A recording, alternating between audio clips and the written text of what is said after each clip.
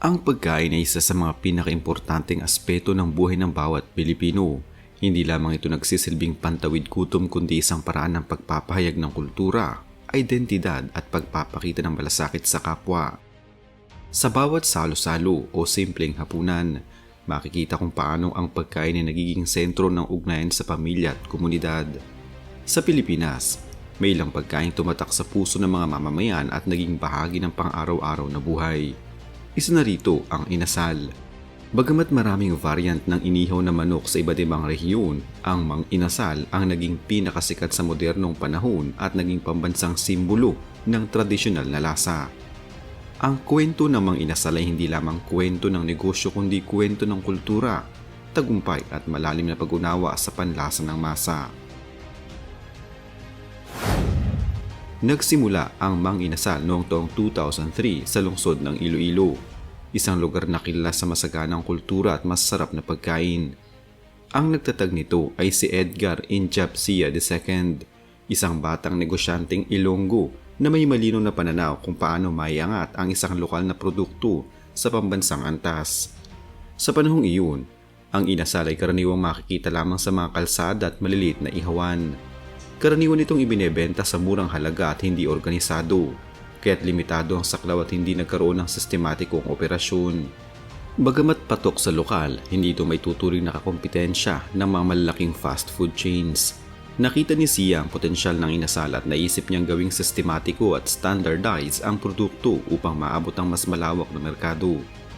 Ang salitang inasal ay nagmula sa wikang Hiligaynon at nangangahulugang pag-ihaw ng karne na binabad muna sa espesyal na timpla ng pampalasa bago lutuin. Karaniwang manok ang ginagamit at binababad sa suka, bawang, asin, paminta at iba pang sangkap na nagbibigay ng natatanging lasa at aroma. Ang pangalan ng brand na mang inasal ay maingat na pinili. Ang salitang mang ay nagpapahiwatig ng pamilyaridad at pagiging mapagkakatiwalaan, na karaniwang ginagamit sa pagtukoy sa mga lalaking bahagi ng komunidad. Sa ganitong paraan, agad na nagkaroon ng emosyonal na koneksyon sa mga customers at nagbigay ng imahe ng pagkaing makamasa. Isa sa pangunahing dahilan kung bakit sumikat ang mang inasal ay ang kanilang konsepto ng unlimited rice. Sa kulturang Pilipino, ang kanin ay pangunahing bahagi ng bawat pagkain at kadalasan, hindi kumpleto ang isang kainan kung kulang ang kanin. Ang alok ng walang limitasyong kanin sa abot kayang presyo ay tumama sa pangailangan ng masa. Ang only rice ay naging simbolo ng kabusugan at sulit na isang mahalagang aspeto sa desisyon ng mga mamimili.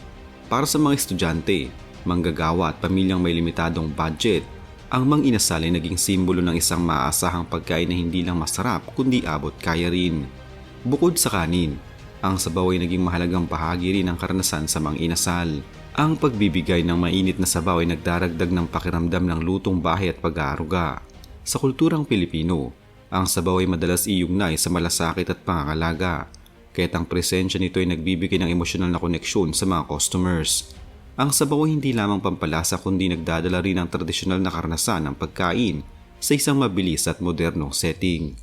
Ang sikretong pampalasa ng mang inasal ay matagal nang pinag-uusapan.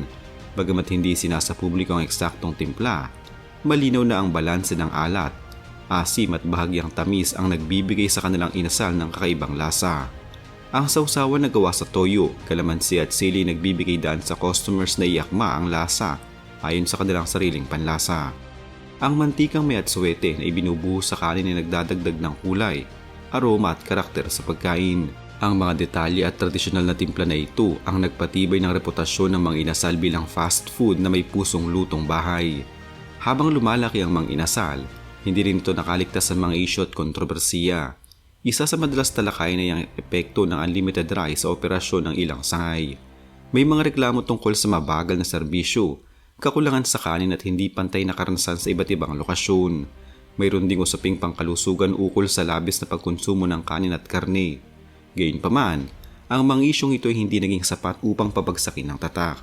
Sa halip, nagsilbi itong hamon upang mas pagbutihin ang pamamahala, sistema ng operasyon at kalidad ng serbisyo sa bawat sangay.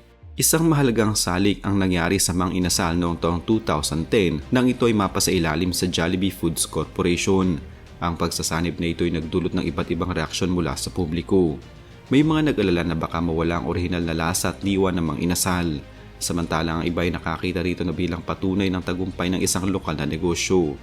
Sa paglipas ng panahon, napatunayan na ang partnership na ito ay nagbigay ng mas matatag na pundasyon sa kumpanya. Sa tulong ng mas malaking kapital at mas organisadong sistema ng pamamahala, mas napalawak ang saklaw ng Mang Inasal at mas napanatili ang kalidad ng kanilang produkto. Si Edgar Garcia II ay naging simbolo ng tagumpay ng batang negosyanteng Pinoy. Sa murang edad, nakamit niya ang pambihirang tagumpay at nagsilbing inspirasyon sa maraming kabataang nangangarap magnegosyo. Ang kanyang kwento ay patuloy na ang lokal na ideya kapag sinamahan ng sipag, tiyaga at tamang diskarte ay maaring umusbong at magtagumpay sa pambansang antas. Ang Mang Inasal ay hindi lamang negosyo, ito rin ay aral sa entrepreneurship, disiplina at pagkilala sa sariling kultura bilang kapital sa negosyo. Sa kasalukuyang merkado ng Pilipinas, nananatiling malakas ang posisyon ng Mang Inasal sa kabila ng pagdami ng mga bagong kainan, food parks at international na brand, patuloy pa rin itong tinatangkilik ng masa.